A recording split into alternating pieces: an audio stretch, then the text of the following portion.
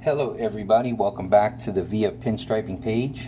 If you are new to this channel, please subscribe. If you are a returning subscriber, thank you so much for watching.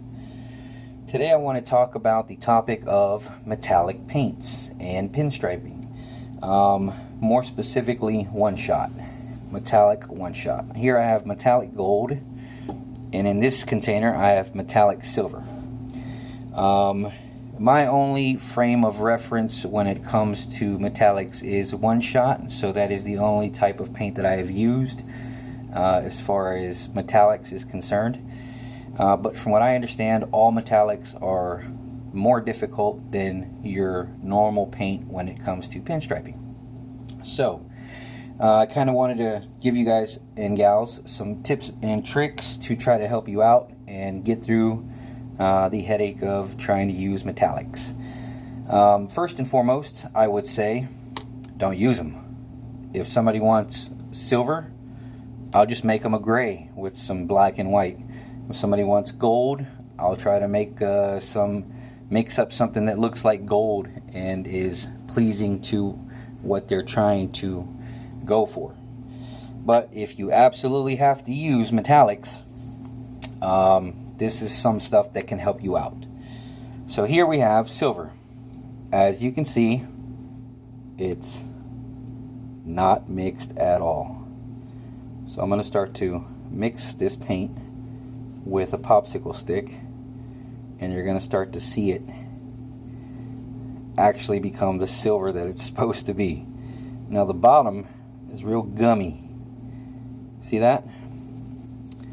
So the very first thing you're going to want to do is stir and stir and stir and stir. If you need to, put a couple of screws or bolts or anything that's clean, that's hard, that you can shake up in there, and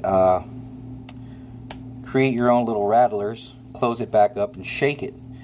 I've even seen people use like a jigsaw and a C-clamp, some sort of C-clamp, and have this thing where they just push the button and it kind of shakes the paint. It's their own paint mixer. So yeah, you can still see it's real clumpy down there at the bottom. So you'd want to just keep stirring and stirring and stirring and stirring and stir until you get it to where there's really no clumps at the bottom and it is all well mixed up.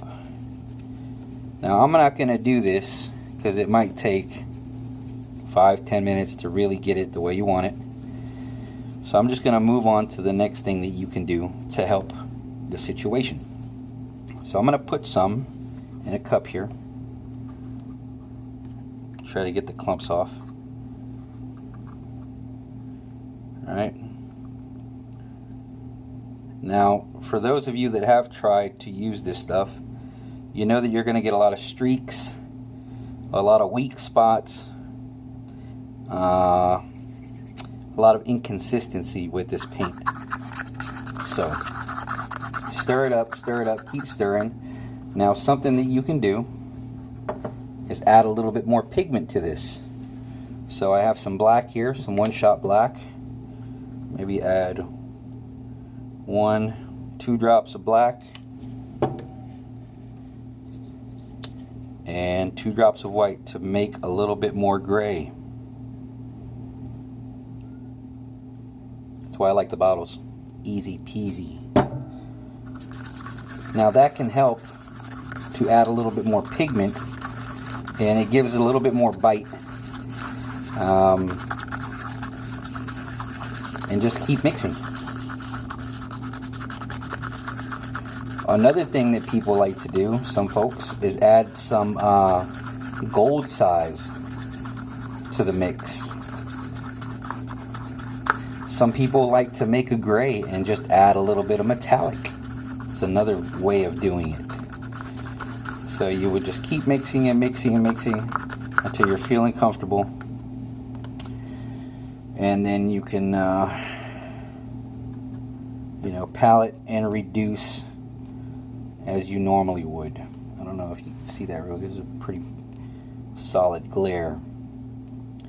Now, that stuff is straight up runny, but I know that I've added a little bit of white and black in there, so when I go to pull a line, it would cover just a little bit better. You may or may not have to go over it twice. I would suggest adding some hardener to this to make it more durable.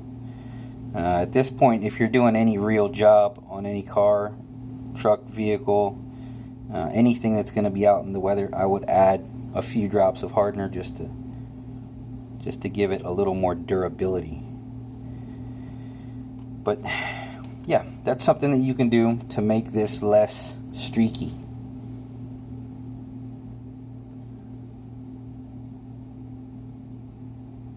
A little bit more usable. Sorry I didn't do that on a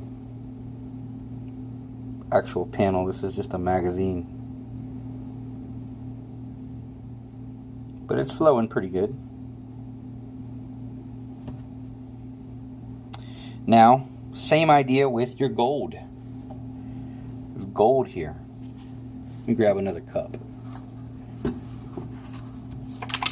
Shake it up real good if it's in a bottle, or stir it up real good if it's in a can. I prefer the bottles because they're, again, easy to use. Get some gold in there. Get some yellow or imitation gold. One Shot makes an imitation gold. Add a couple drops.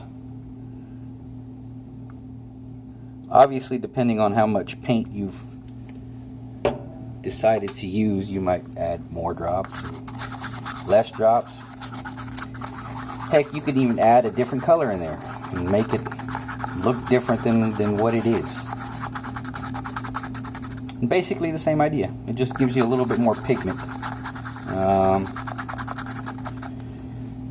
And that's it, folks.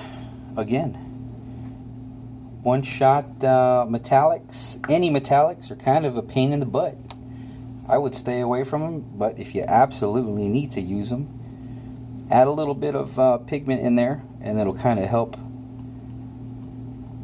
you get along.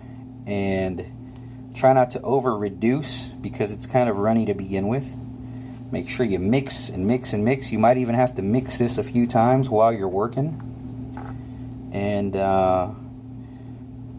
add some hardener. Just try to make it as usable as possible. See, right now it's kind of tacking up a little bit, so it's not too bad.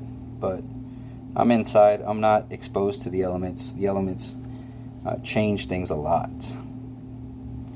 So let me know what you think. Again, this is just some information that I've come across. There is more than likely other information out there, and just go with what works best for you. Try to have an open mind, and if you hear some other cool stuff, let me know so I can learn too. And so have a good day, y'all, and good luck. Bye-bye.